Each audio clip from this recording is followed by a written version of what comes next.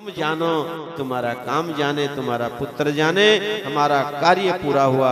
और कर्दम ऋषि संन्यास धर्म को धारण करके अपनी कुटिया को छोड़ करके जंगल में चले गए। अब देखो घर में भगवान आए हैं, कर्दम ऋषि भगवान को छोड़ करके बाहर जा रहे हैं।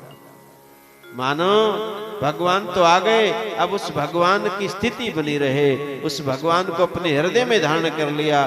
बोले आप इसके सिवाया किसी और को हृदय में आने ही नहीं देंगे, इसलिए हम एकांत में जाकर के इसी को अपने हृदय में धारण करके रखेंगे। देवहूति पुत्र की परवरिश में लगी हुई है, भगवान कपिल बड़े हुए। एक दिन मां देवहूति को भी ज्ञान हुआ, सोचने लगी मैं कैसी अभागी हूं, इतने तपस्वी मुझे पति मिले, मेरी 9 कन्याएं 9 की 9 कन्याएं अद्भुत 9 ऋषियों को ब्याही गई। अनसुईया जैसी कन्या, अरुंधति जैसी कन्या, अद्भुत कन्याएं। 9 की 9 कन्याओं का संबंध भगवान से जुड़ा हुआ है। अनसुईया के हाथ तो साक्षात भगवान भिक्षा लेने के लिए आए त्रिदेव। अनसुईया की तपस्या इसलिए थी, तीनों देवों को बालक बना दिया। तो देवहूति सोचने लगी, और मेरे साक्षात मेरे पुत्र साक्षात भगवान हैं, और फिर भी मैं पुत्र मोह में पड़ी हुई हूं।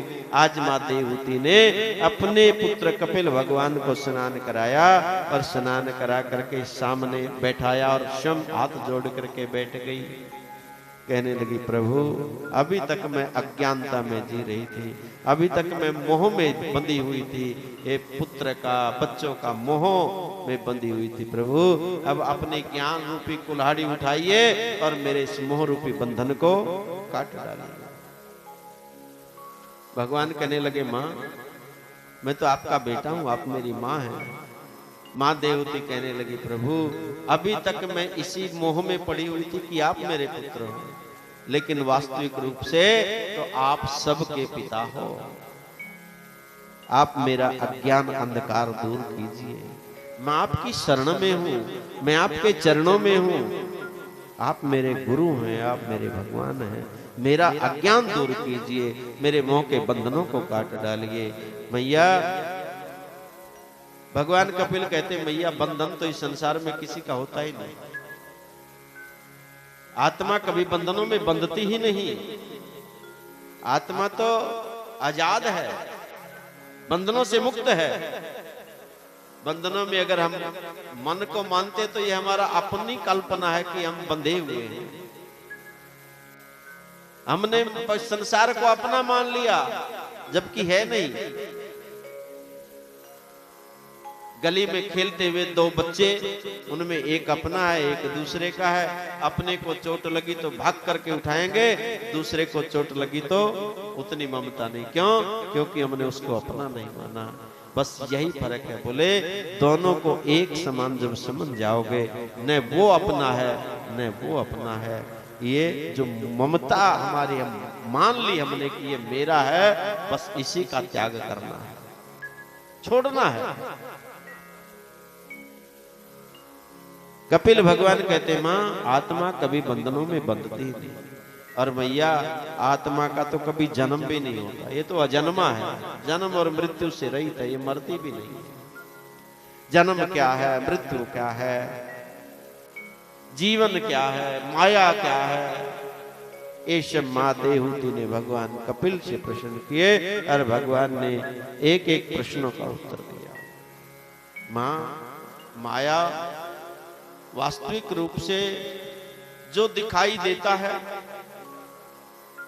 हम उसको सत्य मान लिया, और जो सत्य वो दिखाई नहीं दे रहा, हमने असत्य को सत्य मान लिया, बस यही माया है। जो है ही नहीं उसको सत्य मान लिया, यही माया है।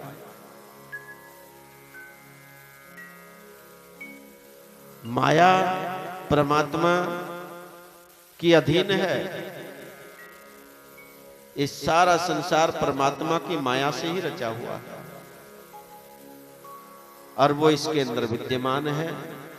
बस इसमें बैठे हुए भगवान को देखना है। जिस दिन हम उसको पहचान लेंगे, हम सारे बंधनों से मुक्त हो जाएंगे। ये परमात्मा ने संसार की रचना की है अपनी लीला के लिए। तब माता देवहूति ने भी भगवान कपिल से सृष्टि के बारे में प्रश्न किया और कहा, प्रभु ये जीव जब इस संसार में आता है,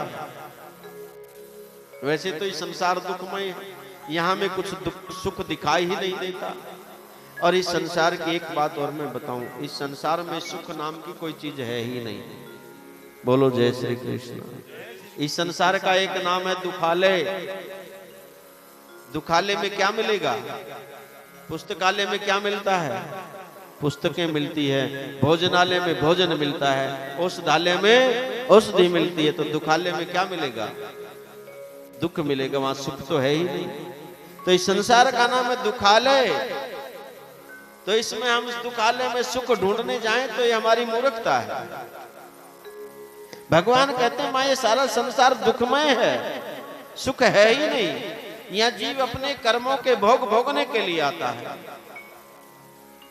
अपने कर्मों के भोग भोगने के लिए। हाँ, एक विशेषता मनुष्य शरीर है, वो अपने पूर्व कर्मों के भोग भोगता हुआ नए कर्म कर सकता है। ऐसे कर्म करते हुए जो परमात्मा तक पहुंच जाएं, जो उसके जीवन को मुक्त कर दे, जो उसके जन्म और मरण से के चक्कर से उसको छुड़ा दे, जन्म और मृत्यु से रहित कर दे। लेकिन हम क्या करते हैं? मां के गर्भ में आते हैं तब तो वहां पर पीड़ा होती है। माता देवहूति ने भी ये प्रश्न किया कि जब ये जीव मां के गर्भ में आता है, वहां तो इसको दुख नहीं होता हुआ, वहां तो न इसको गर्मी लगती, न सर्दी लगती, न भूख लगती, न प्यास लगती, वहां तो ये दुखों से रहित है, वहां तो मां के गर्भ में ये सुरक्षित है। तब भगवान कपिल कहते, मां गर्भ जैसा दुख कहीं नहीं है। मां के गर्भ में ये जीव उल्टा लटका हुआ होता है, इसके पैर ऊपर होते हैं, सिर नीचे होता है, आंखें बंद होती हैं, मुख भी नहीं खुलता, बोल भी नहीं सकता, जुबान भी बंद होती है। और मां के मल मूत्र में पड़ा हुआ ये जीव भगवान से फिर प्रार्थना करता है, प्रभु एक बार मुझे इस गर्भ से बाहर निकाल दे, वचन देता हूं फिर ऐसा कोई कर्म नहीं करूंगा कि पुनः इस मां के गर्भ में आना पड़े। मां के गर्भ में पड़ा हुआ यह जीव परमात्मा को याद करता है। बहुत सुंदर भाव दिया है। गर्भ में दुखिया जीवन दान, तुझको याद करे भगवान। गर्भ में दुखिया जीवन दान, तुझको याद करे भगवान। गर्भ में दुखिया जीवन दान, तुझको याद करे भगवान। गर्भ में दुखिया जीवन दान, तुझको याद करे भगवान।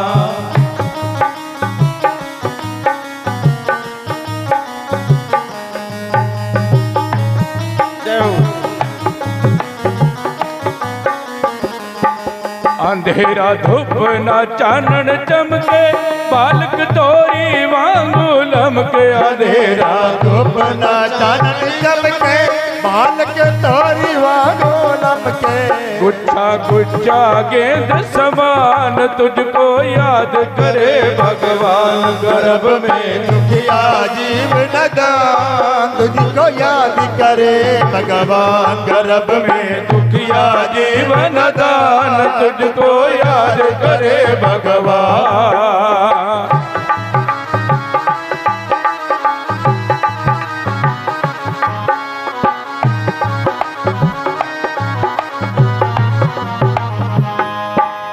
यह गर्भ कोठड़ी गंदी, हिलने चलने की पाबंदी। ये है गर्भ कोठड़ी गंदी, हिलने चलने की पाबंदी। बंद है नेत्र और जुबान, तुझको याद करे भगवान। गर्भ में दुखिया जीवन दान, तुझको याद करे भगवान।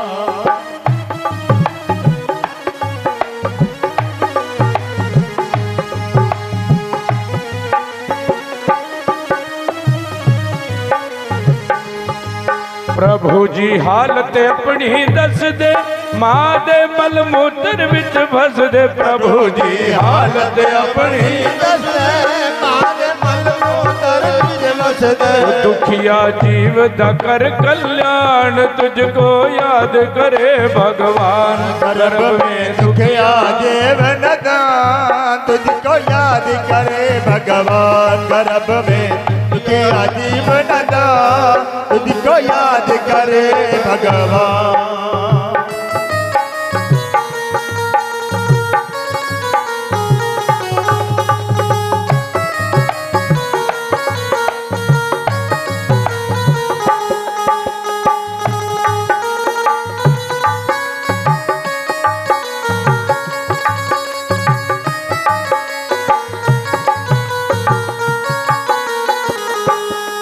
जो तू रचिया है संसार दिखा दे मैनू भी एक बार जो तू रचिया है संसार दिखा दे मैनू भी एक बार ओ जल्दी हो जाओ मेहरबान तुझको याद करे भगवान गर्भ में दुखिया जीव नदान तुझको याद करे भगवान गर्भ में दुखिया जीवन दान तुझको याद करे भगवान तुझको हर दम मन में ध्याऊं तेरा ध्यान न कभी भुलाऊं तुझको मन में हर दम ध्याऊं तेरा ध्यान न कभी भुलाऊं करूंगा भक्ति पुण्य और दान तुझको याद करे भगवान गर्भ में दुखिया जीवन दान तुझको याद करे भगवान गर्भ में दुखिया जीवन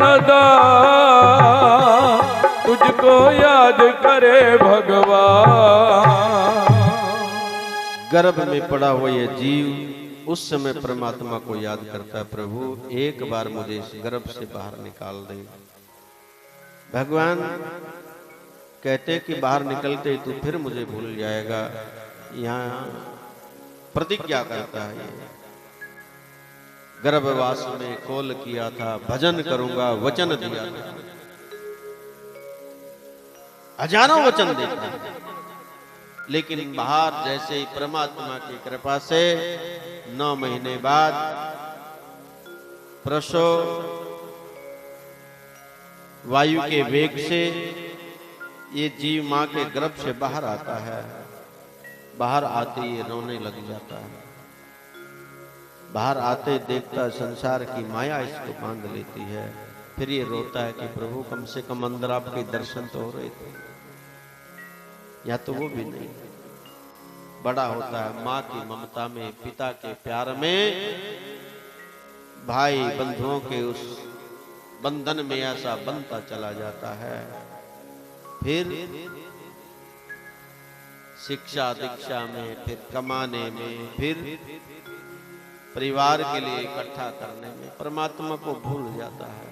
और फिर वही चक्कर, पुनरपि जननम पुनरपि मरणम पुनरपि जननी जठरे शयनम। बार बार माँ के गर्भ में आना, बार बार जन्म लेना, बार बार मृत्यु को प्राप्त होना, चक्कर लगा रहता है। 84 के चक्कर में फिर बंध जाता है, छूटता है। सुखदेव जी कहते हैं, राजन मां देवहूति को भगवान कपिल ने कहा, भैया गर्भ के समान कोई दुख है ही नहीं जीव को। ये केवल और केवल परमात्मा का भजन करे, चिंतन करे, मैं कौन हूं, कहां से आया हूं और मुझे क्या करना चाहिए। मनुष्य का धर्म केवल और केवल परमात्मा का भजन करना है।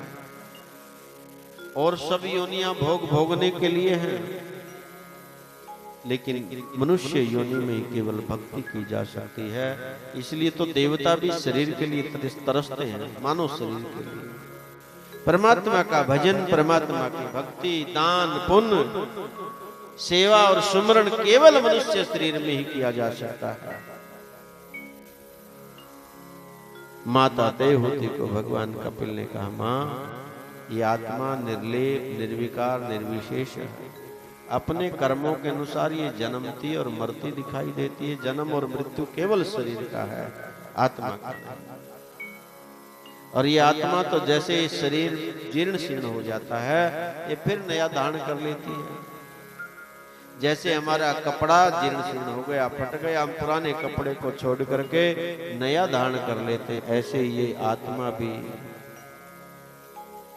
नए शरीर को धारण करती है। जीर्णानि यथा विहाय नवानि गृह्णाति परो नरो प्राणी। जीर्ण शीर्ण शरीर को छोड़ करके नया शरीर धारण कर लेती है।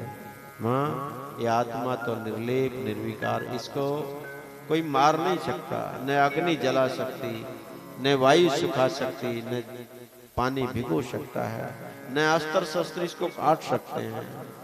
नैनम चिद्यन्ति शास्त्राणि नैनम देति पावक न चैनम क्लेदन्तापो न शोष्यति मारुतः।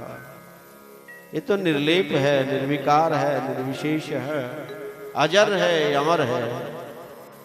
जब माता देवहूति के मन में ये बात आ गई कि आत्मा अजर और अमर है, मरना और जन्मना केवल शरीर का है, मन बुद्धि के साथ ये अपने संस्कारों को, विकारों को लेकर के आत्मा के साथ संलिप्त होता है, और ये फिर उन्हीं विकारों के माध्यम से जहां जहां ये आत्मा, इसके संस्कार इसको लेकर के जाते हैं, वही आत्मा जाती है, दिखाई देती है।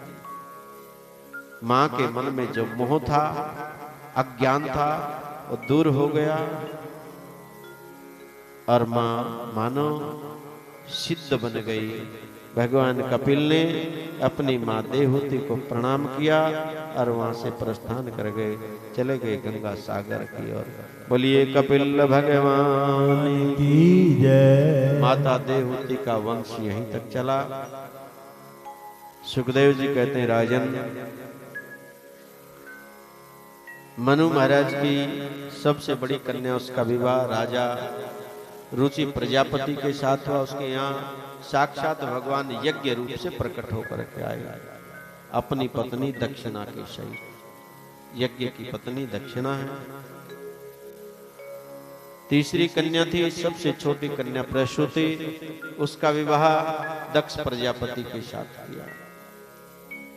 वर्णन आता है, दक्ष प्रजापति के यहाँ 60 कन्याओं का जन्म हुआ। बोलो जय श्री कृष्ण। 60 कन्याओं का।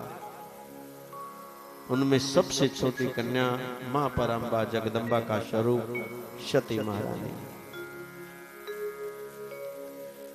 60 कन्याओं में 27 कन्याओं का विवाह चंद्रमा के साथ किया, 13 कन्याओं का विवाह धर्म के साथ किया, 13 कन्याओं का विवाह कश्यप ऋषि के साथ किया, और सबसे छोटी कन्या उसका विवाह देवादिदेव महादेव भूत भावन भगवान शिव के साथ किया।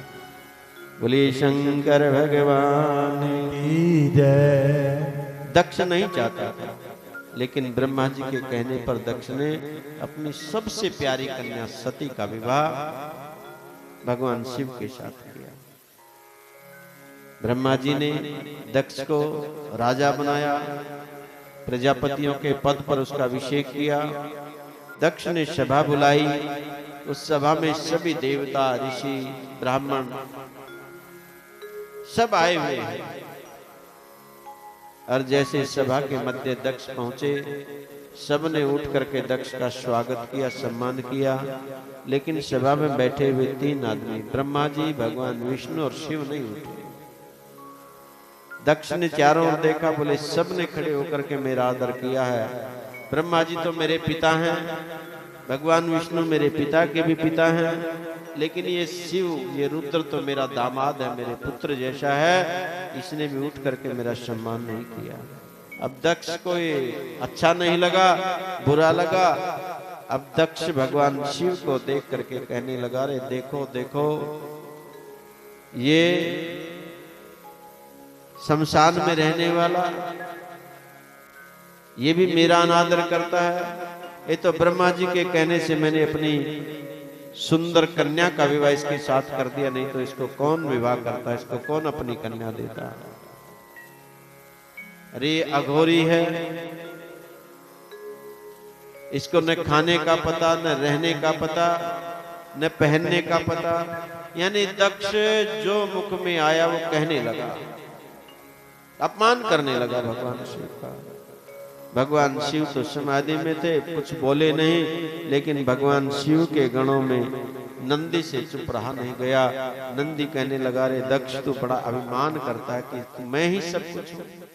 अरे मैं तो बकरा भी करता है। तूने हमारे देवादिदेव महादेव का अपमान किया, तूने इनको यज्ञ भाग से वंचित कर दिया।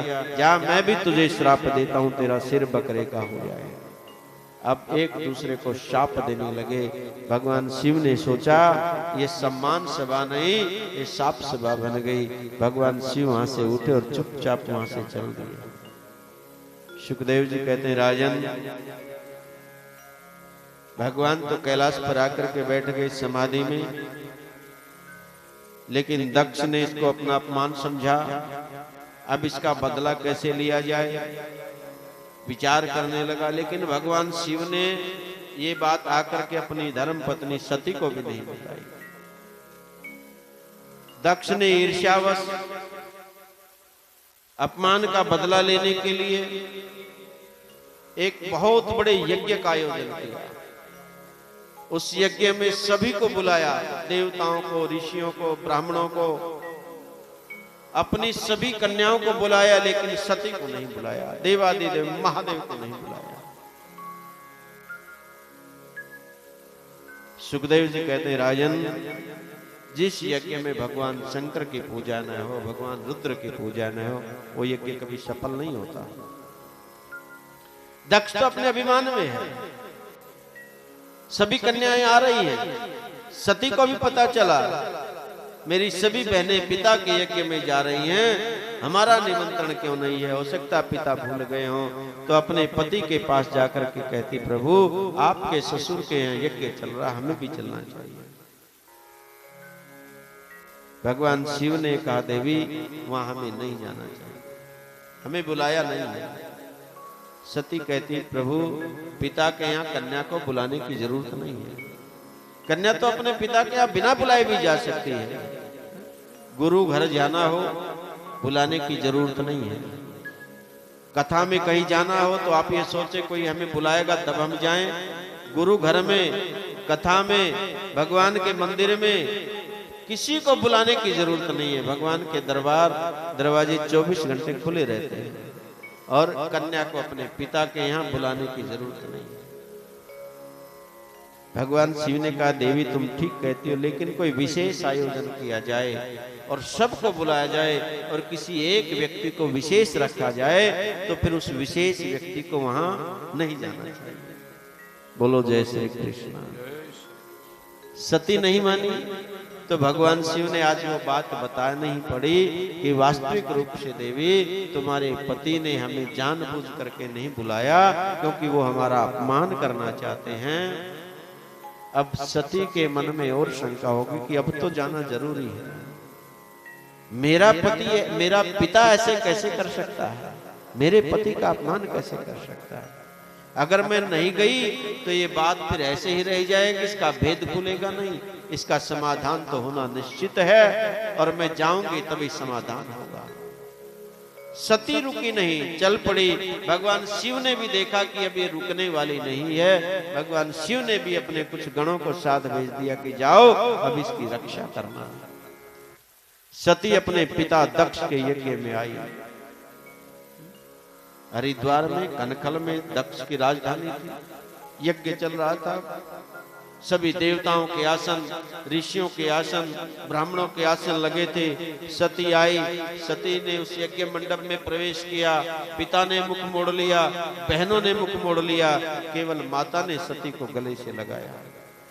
माँ तो माँ होती है। और सती ने जब देखा चारों सबका भाग है, सबके आसन हैं, लेकिन देवादिदेव महादेव का भाग नहीं, आसन नहीं है। सती को क्रोध आ गया। आज सहन ने कर पाई अपने पति का अपमान और अपने पिता को कहने लगी कि दक्ष मैं शांत इसलिए हूं कि मैंने आपके शरीर के माध्यम से मेरा जन्म हुआ है। मैं आपको कुछ कर नहीं सकती, लेकिन अब इस शरीर को भी मैं रख नहीं सकती। तूने अरे देव का अपमान नहीं किया, वो तो महादेव हैं जिन्होंने सारे संसार की रक्षा के लिए स्वयं विष पान कर लिया, तूने ऐसे महादेव का अपमान किया। अरे जो स्वयं शमशान में रहते हैं और सबको महलों में सुलाते हैं, तूने ऐसे महादेव का अपमान किया। अब मैं अगर वापस इस शरीर को लेकर के उनके पास जाऊंगी, वो मुझे दाक्षायणी कह करके पुकारेंगे तो मेरा क्या रहेगा? मैं दक्ष की पुत्री और उनकी अर्धांगिनी, मैं इस शरीर को नहीं रख सकती। और मां सती ने वही योगाग्नि प्रकट की, अपनी योग के माध्यम से शरीर में अग्नि प्रकट की और उस योगाग्नि में मां सती का शरीर जलने लग गया। सुखदेव जी कहते हैं राजन, शरीर जलने लगा। भगवान शिव के जो गण थे अब वो कुछ तो सोचने लगे क्या करें, कुछ यज्ञ को विध्वंस करने के लिए दौड़े। तो वहां भृगु आदि ऋषियों ने उन वहां यज्ञ से कृत्या प्रकट की और उस कृत्या ने भगवान शिव के गणों को मार मार करके भगा दिया। अब ये समाचार देवादिदेव महादेव को पता चला, कैलाश पर्वत पर बैठे कि मेरे गणों का बुरा हाल हो गया और सती योगाग्नि में जल करके भस्म हो रही है। अब भगवान शिव को भी क्रोध आ गया। बोले दक्ष अभी तक बचा हुआ था तो केवल सती के कारण, अब सती नहीं रही तो दक्ष का मेरा संबंध कैसा? क्रोध आया, क्रोध में अपनी जटाओं को उखाड़ के जैसे जमीन पर पटका तो एक जटा से भगवान शिव के ही समान रुद्र प्रकट हुआ, वीरभद्र, जो भगवान शिव के ही समान था। वीर पुरुष, उसने भगवान को प्रणाम किया। भगवान ने कहा वीर तेरा भद्र हो, नाम पड़ गया उसका वीरभद्र। बोले वीरभद्र भगवान की जय। और भगवान शिव ने आदेश दिया कि जाओ दक्ष के यज्ञ में जाओ और दक्ष के यज्ञ को विध्वंस कर डालो और सबसे पहले दक्ष को सजा देना। वीरभद्र बहुत बड़ी सेना लेकर के अपने गणों को लेकर के आए और जैसे उस यज्ञ मंडप में पहुंचे, वीरभद्र ने सबसे पहले दक्ष को पकड़ा और दक्ष की गर्दन उसकी धड़ से अलग कर दी और उस अग्नि कुंड में दक्ष की गर्दन की आहुति दे दी। अब जो ब्राह्मण थे, ऋत्विज थे, देवता थे, सब भागने लगे। अब भगवान शिव के गणों ने सबको पकड़ा, किसी के हाथ टूटे, किसी के पैर टूटे, किसी की आंखें फूटी, किसी के दांत टूटे, किसी की दाढ़ी उखाड़ गई। अब सब जैसे तैसे अपने प्राण बचा करके दौड़े और दौड़े दौड़े सीधे ब्रह्मा जी के पास गए और ब्रह्मा जी से जाकर के निवेदन किया महाराज हमारी रक्षा करो। ब्रह्मा जी ने कहा जिसका अपराध किया है उसी की शरण में जाओ। बोले महाराज हमारा साहस नहीं है वहां जाने का। ब्रह्मा जी बोले चलो मैं लेकर के चलता हूं तुम्हें। ब्रह्मा जी देवताओं को, ऋषियों को लेकर के कैलाश पर्वत पर पहुंचे जहाँ भगवान शिव बैठे थे। ब्रह्मा जी को देख करके भगवान शिव का क्रोध शांत हो गया और उठ करके ब्रह्मा जी को प्रणाम किया। ब्रह्मा जी ने भी शिव को प्रणाम किया। तब देवताओं ने भगवान शिव की स्तुति की। नमस्तुनंताय शास्त्र मूर्तये सहस्त्रपादाक्षि शिरोर्भावे सहस्त्र नामने पुरुषाय शाश्वते सहस्त्रकोटि युगधारिणी नमः। आए हम भी सब मिल करके भगवान शिव से प्रार्थना करते हैं। देवताओं ने भगवान शिव से कहा जय होवे भोलेनाथ आपकी जय होवे। ओम नमः शिवाय, ओम नमः शिवाय, ओम नमः शिवाय, ओम नमः शिवाय। बम भोले बम भोले बम बम बम बम भोले बम भोले बम बम बम बोलो बम भोले बोले बम बम बम बम बोले बम बोले बम बम बम बम भोले बम भोले बम बम बम बम भोले बम भोले बम बम बम बम भोले बम बोले बम बम बम बम बोले बम बोले बम बम बम। यही वो मंत्र है, यही वो तंत्र है, यही वो मंत्र है, यही वो तंत्र है। प्रेम से रटोगे तो मिटेंगे सारे गम। बम भोले बम भोले बम बम बम बम भोले बम भोले बम बम बम। सभी बोल बोले बम बोले बम बम बम बोल के बोले बम बोले बम बम बम। ओम नमः शिवाय, ओम नमः शिवाय। ओम नमः शिवाय, ओम नमो शिवाय।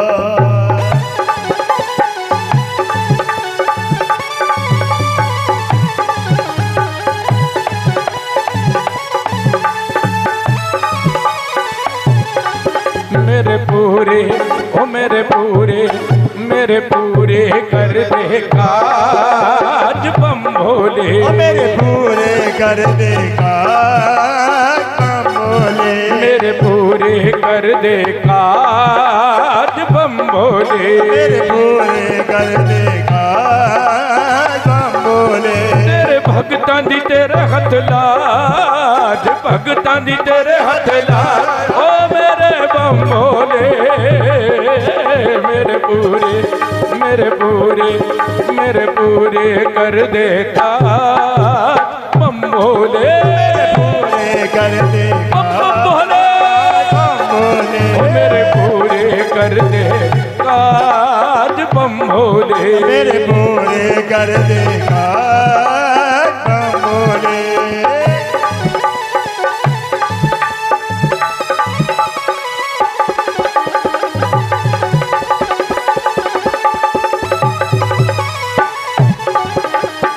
दक्ष प्रजापति जब हंकारा, त्रिशूल से शीश उतारा।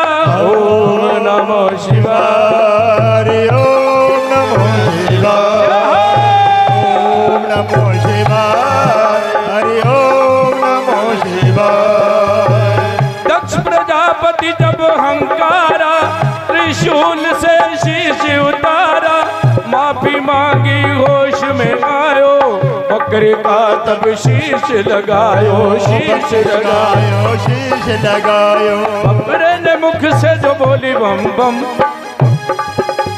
आशुतोष महादेव हुए प्रसन्न। बोल बम भोले बम भोले बम बम बम भोले बम भोले बम बम भोले बम भोले बम बम भोले बम भोले बम बम।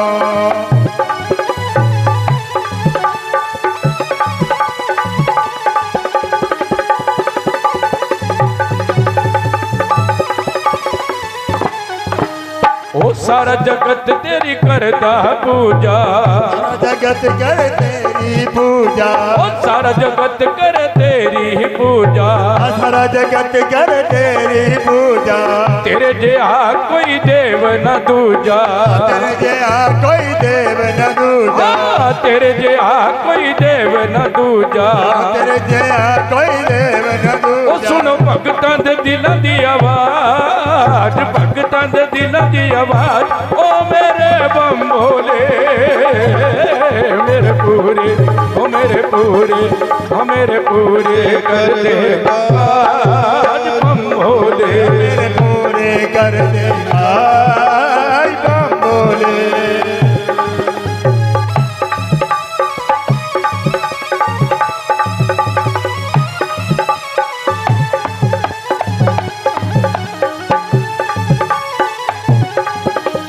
ओ कोई सहे सानू दर्श दिखा दे, कोई कहे सानू दर्श दिखा दे। कोई कहे बेड़ी बनने ला दे, कोई कहे बेड़ी बनने ला दे। कोई कहे सानू दर्श दिखा दे, कोई कहे बेड़ी बनने ला दे। ओ साडी कोई ना सुने भोलेनाथ, कोई ना सुने भोलेनाथ। ओ मेरे बम भोले, मेरे पूरे, मेरे पूरे, मेरे पूरे कर दे काज बम भोले। मेरे पूरे कर दे काज बम भोले। ओ बम भोले, मेरे पूरे कर दे काज बम भोले। मेरे पूरे कर दे काज बम भोले।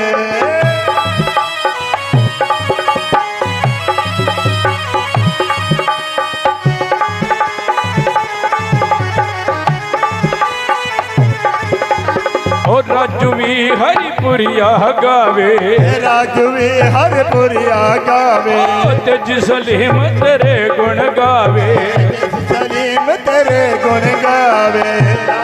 ओ वंडो रहमता खजाने महाराज, रहमता खजाने महाराज, ओ मेरे बम भोले, मेरे पूरे मेरे पूरे मेरे पूरे कर दे काज बम भोले, पूरे कर दे काज बम भोले बम भोले बम बम बम बम भोले बम बम बम बम बम बम बम भोले बोले बम बोले बम बम। ओम नमः शिवाय, ओम नमः शिवाय, ओम नमः शिवाय, ओम नमः शिवाय, ओम नमः शिवाय, ओम नमः शिवाय। कर्पूर गौरम करुणावतारम संसार सारम भुजगेन्द्रहारम सदा वसंतम हृदयारविंदे भवं भवानी सहितं नमामि, भवं भवानी सहितं नमामि। भगवान करुणा के अवतार है। कर्पूर गौरम करुणा अवतारम। भगवान भोलेनाथ से ज्यादा करुणा हो ही नहीं सकती किसी में। करुणा के अवतार है। और ये तो क्षणे रुष्टा क्षणे तुष्टा, क्षण भर में क्रोध में आ जाए तो क्षण भर में प्रसन्न भी हो जाते हैं। इनसे ज्यादा जल्दी प्रसन्न होने वाला कोई और देव हो ही नहीं सकता। एक लोटे जल से प्रसन्न हो जाते हैं। जल चढ़ाओ, ओम नमः शिवाय का जाप करो, बस इतने से प्रसन्न। शिव पुराण में बड़ी महिमा है। एक लोटे जल में सब कुछ प्रदान कर देते हैं भोलेनाथ। भगवान शिव की पूजा सरल है, सहज है। भगवान शिव प्रसन्न हो गए। देवताओं को मेरे प्रभु ने यथावत किया अपनी कृपामयी दृष्टि से। ब्रह्मा जी भगवान शिव को उस यज्ञ में लेकर के आए। दक्ष के यज्ञ को कहा प्रभु पूरा कर दीजिए।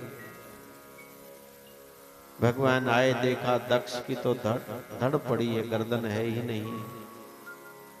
वहां एक बकरे का सिर था, उठाया भगवान शिव ने बकरे का सिर ही दक्ष की धड़ पर लगाया और अपनी कृपा में दृष्टि से दक्ष को जीवित कर दिया। दक्ष ने बकरे के मुख से ही भगवान की स्तुति की। और ये जो बम बम बोलते हैं ना, पहले बकरा मैं बोलता था, अब फिर बकरा दक्ष के धड़ पर लगने के बाद बम बम बोलने लग गया। बम भोले बम भोले बम भोले। ये दक्ष की ही स्तुति है। और बड़ी अद्भुत स्तुति। कहा प्रभु मैं अहंकारी हो गया था, आपने अच्छा किया, मेरी अभिमान रूपी गर्दन को समाप्त कर दिया, मेरा अभिमान समाप्त कर दिया, अहंकार समाप्त कर दिया, मेरा ज्ञान समाप्त कर दिया। अब मैं आपकी शरण में हूं, आपका भक्त हूं। यज्ञ को पूर्ण किया मेरे प्रभु ने, भूत भावन भोलेनाथ ने। अब देखा मां सती के उस शरीर को जलते हुए, उस शरीर को लेकर के भगवान चल पड़े वहां से। सुखदेव जी कहते हैं राजन, अब भगवान शिव ही मोहित हो गए। सती के साथ प्रेम ही इतना शिव का। शरीर को लेकर के चले, जहां जहां मां सती के अंग गिरते गए वो शक्ति पीठ बनते चले गए। 52 शक्ति पीठों का वर्णन है भागवत में। नैना देवी, चिंतपूर्णी, ज्वाला जी तो हिमाचल में हमारे पंजाब के साथ लगते हुए, कुछ दक्षिण में कामाख्या आदि, कुछ उत्तर में, कुछ दक्षिण में, कुछ पूर्व में 52 शक्तिपीठ है। मां पराम्बा जगदम्बा वही कन्या पुनः हिमालय की पुत्री बनकर के आई। मैना के गर्भ से हिमालय की पुत्री बनकर के आई और कठोर तपस्या करके अद्भुत बचपन से ही उस कन्या ने अपने माता पिता से कहा मैं तप करूंगी। छोटी सी कन्या जब तप करने के लिए चली तो मैना के मुख से निकला, ओ माँ, इतनी छोटी कन्या।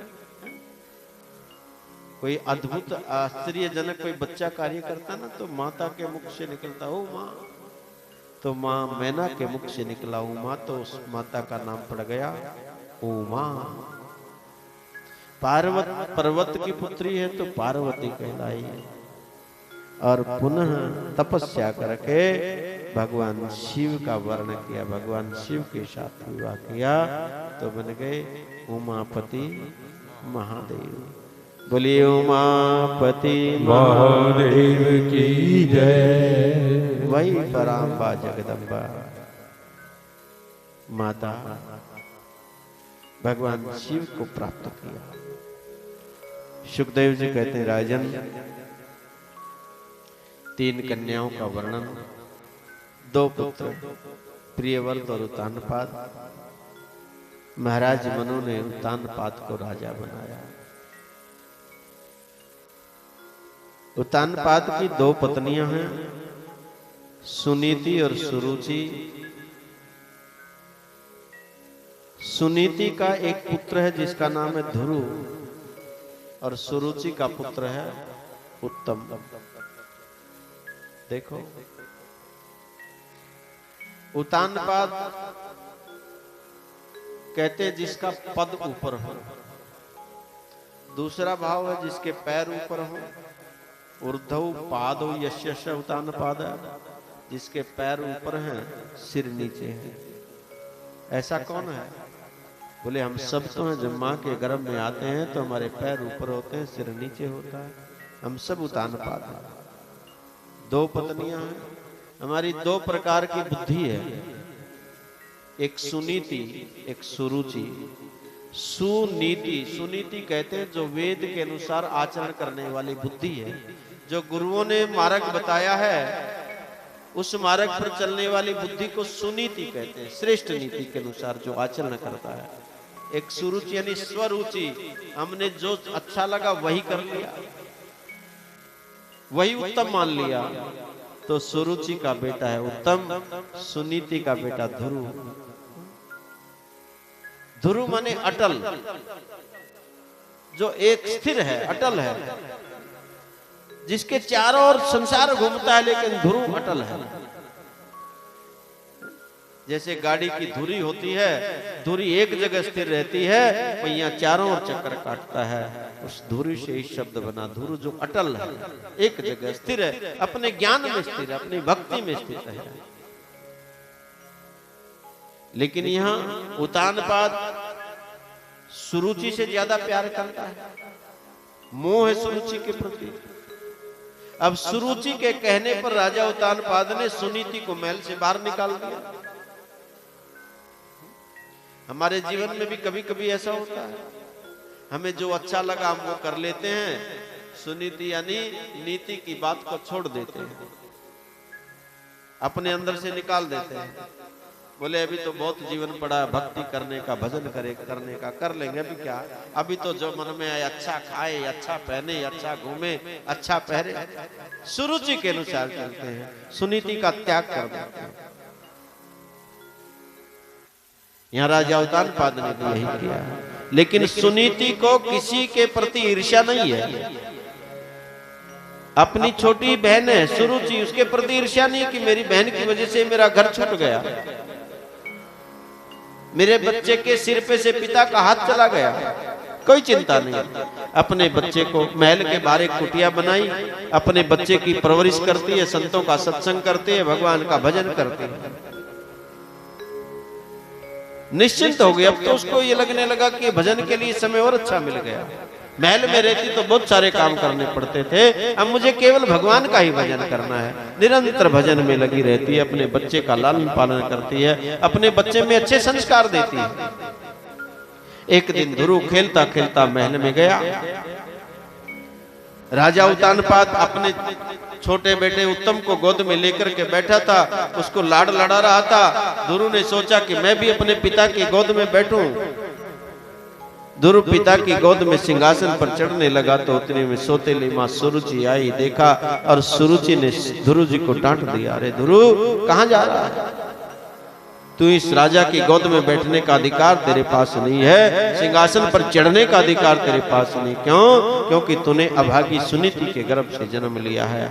तूने अगर राजा की गोद में बैठना है, सिंहासन पर चढ़ना है, तो जा घर बार छोड़ करके जंगल में जा, जंगल में जा करके भगवान का भजन कर, तपस्या कर, और तेरी तपस्या से जब भगवान प्रसन्न हो जाएं तो भगवान से कहना मुझे सुरुचि का बेटा बना दे, तब तू आकर के यहाँ सिंहासन पर बैठ सकता है।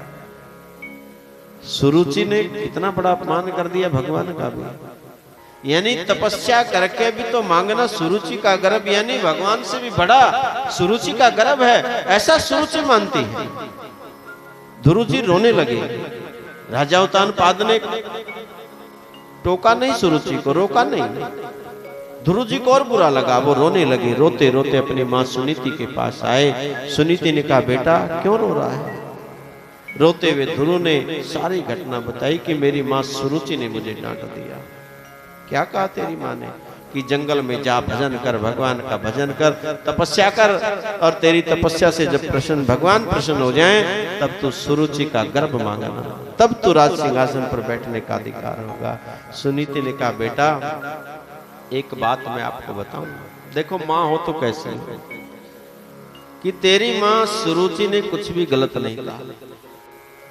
ये मनुष्य का जो जन्म मिला है ना, ये राज भोगने के लिए नहीं मिला, ये केवल और केवल परमात्मा की भक्ति करने के लिए मिला। बेटा भोग भोगने के लिए तो और बहुत सारी योनियां हैं, और अपनी योनियों में सब सुखी हैं, सब अपना अपना भोग भोगते हैं। एक कीड़ा भी अपनी योनि में आने के बाद अपनी योनि को नहीं छोड़ना चाहता। बेटा मनुष्य का जन्म केवल परमात्मा की भक्ति करने के लिए मिला है। ध्रुव ने कहा, माँ तो मिलेंगे कहाँ? बेटा जंगल में जाकर के साधना करनी पड़ती है, तपस्या करनी पड़ती है। माँ तू भी चाहती कि मैं जंगल में जाकर के साधना करूं? माँ सुनीति ने कहा, बेटा जीवन का उद्देश्य तो यही है। बोले जंगल में तो हिंसक जीव रहते, खा जाएंगे मुझे, मेरी रक्षा कौन करेगा? तब माँ सुनीति कहती, बेटा जिस भगवान ने तेरी गर्भ में रक्षा की, आज तक रक्षा की, वो वहां भी रक्षा करेगा। माँ मुझे भूख और प्यास लगेगी तो भोजन।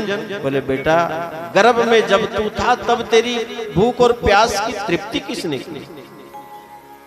विचार करके देखें, आज हम लड़ते हैं, झगड़ते हैं, धन दौलत के लिए कोर्ट कचहरी मुकदमे करते हैं,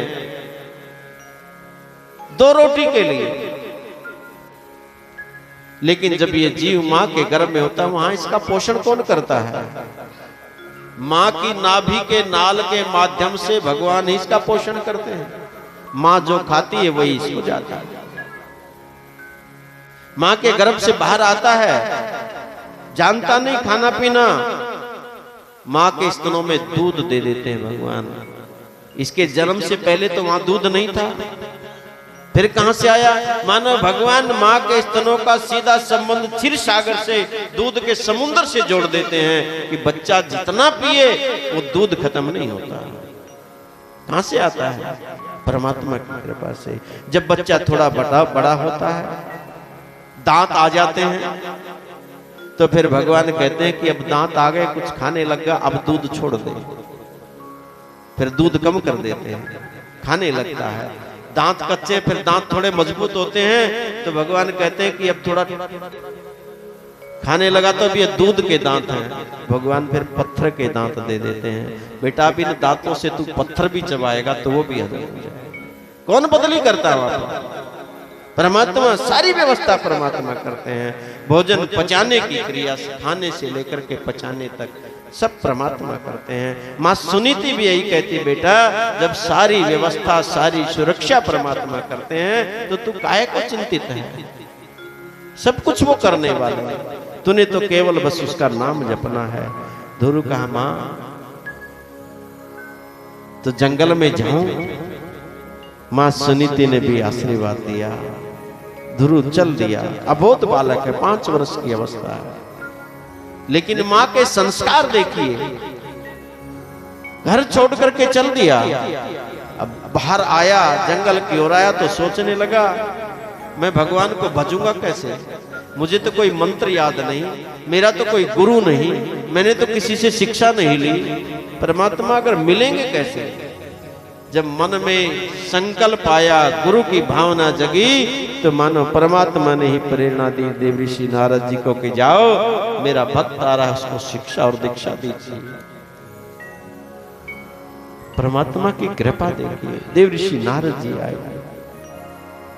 नारद जी को देखा, ध्रुव जी ने दूर से ही साष्टांग प्रणाम किया। ध्रुव जी की आंखें नम हो गई कि अबोध बालक है, देखते ही संत को देखते ही प्रणाम कर रहा है। धन्य है इसकी माँ, जिस जननी ने इसको ऐसे संस्कार दिए।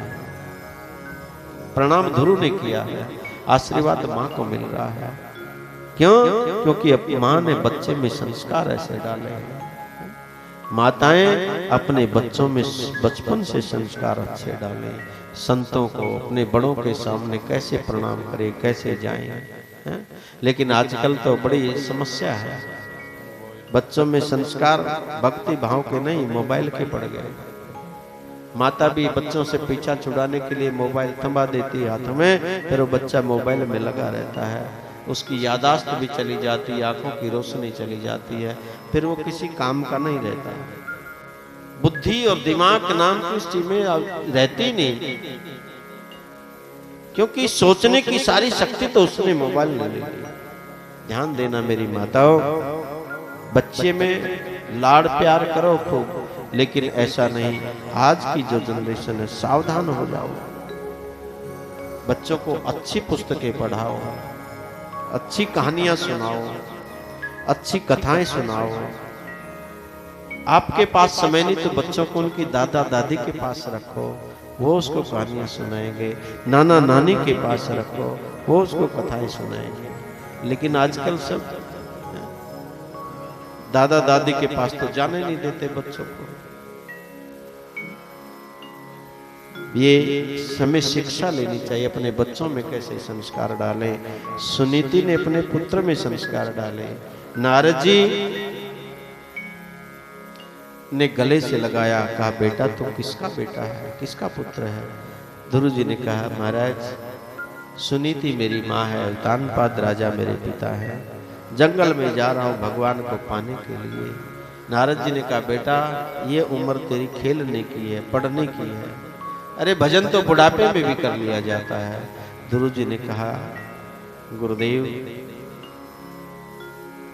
पुष्प अगर खिला हुआ भगवान को नहीं चढ़ा फिर वो मुरझाया जाएगा, नीरस हो जाएगा, रस नहीं रहेगा, सुगंध नहीं रहेगी।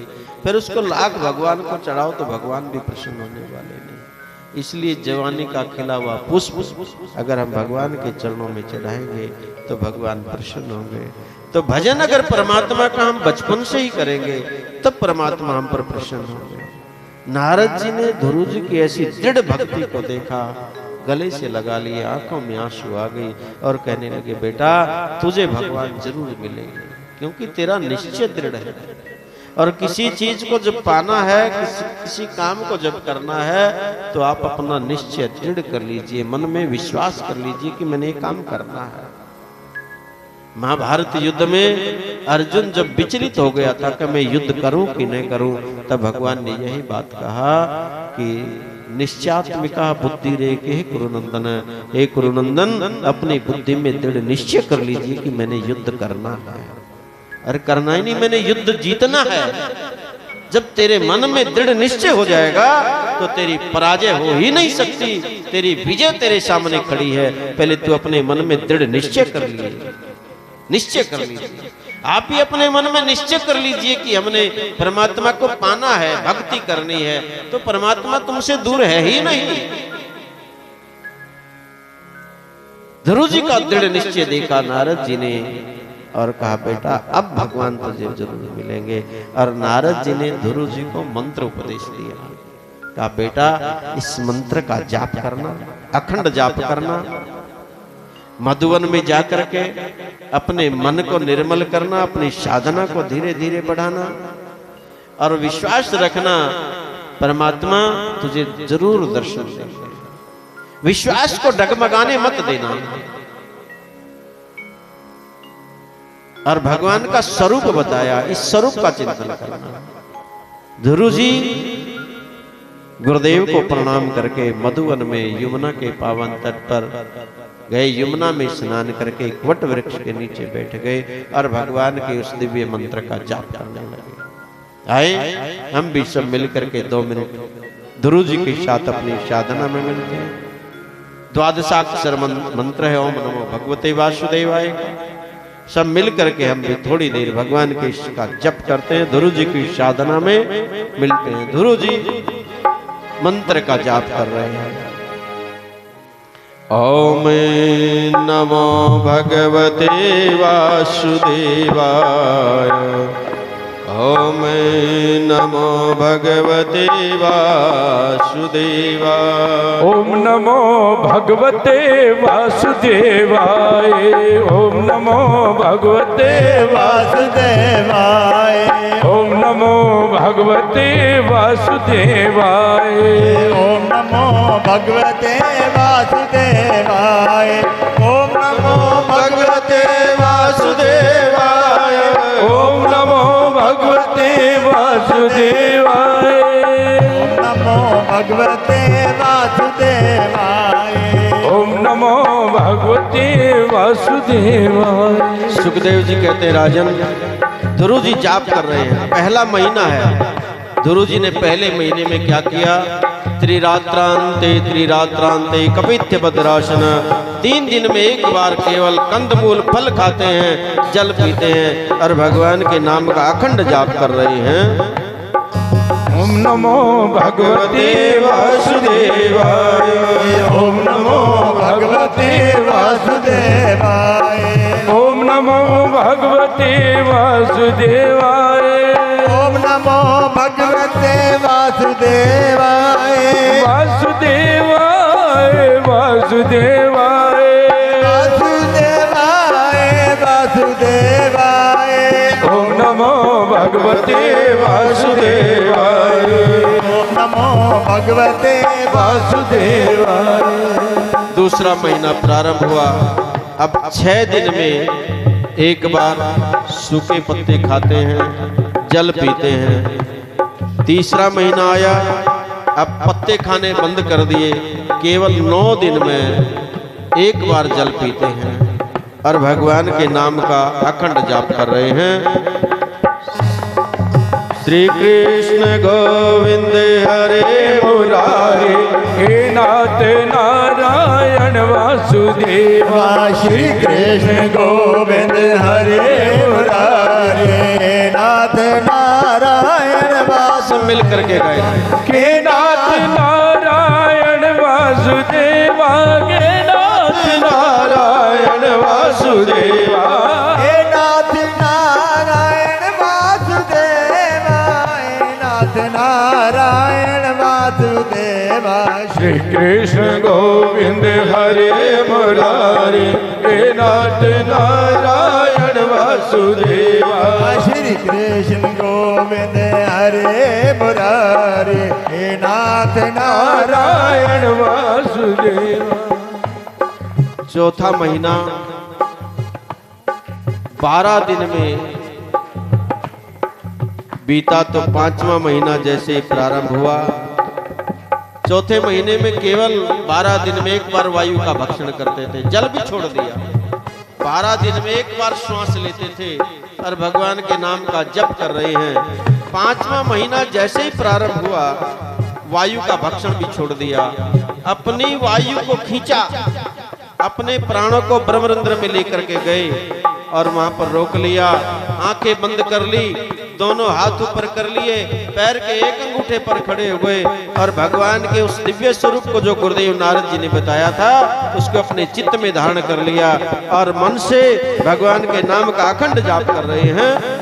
ओम नमो शिवाय, ओम नमो शिवाय, ओम नमो शिवाय, ओम नमो शिवाय, ओम नमो शिवाय, ओम नमो शिवाय, ओम नमो शिवाय, ओम नमो शिवाय, ओम नमो शिवाय, ओम नमो शिवाय, ओम नमो शिवाय, ओम नमो शिवाय, ओम नमो शिवाय, ओम नमो शिवाय, ओम नमो शिवाय, ओम नमो शिवाय, ओम नमो शिवाय, ओम नमो शिवाय, ओम नमो शिवाय। सुखदेव जी कहते राजन, जैसे प्राणवायु को ब्रह्मरंध्र में ले गए, मानो पूरे ब्रह्मांड की प्राणवायु रुक गई, सबको श्वास लेने में परेशानी होने लगी। देवताओं भी घबराए, देवताओं थोड़े थोड़े ब्रह्मा जी के पास गए, कहने लगे महाराज किसी ने प्राणवायु को ही अवरुद्ध कर दिया, श्वास लेने में परेशानी हो रही है। ब्रह्मा जी ने कहा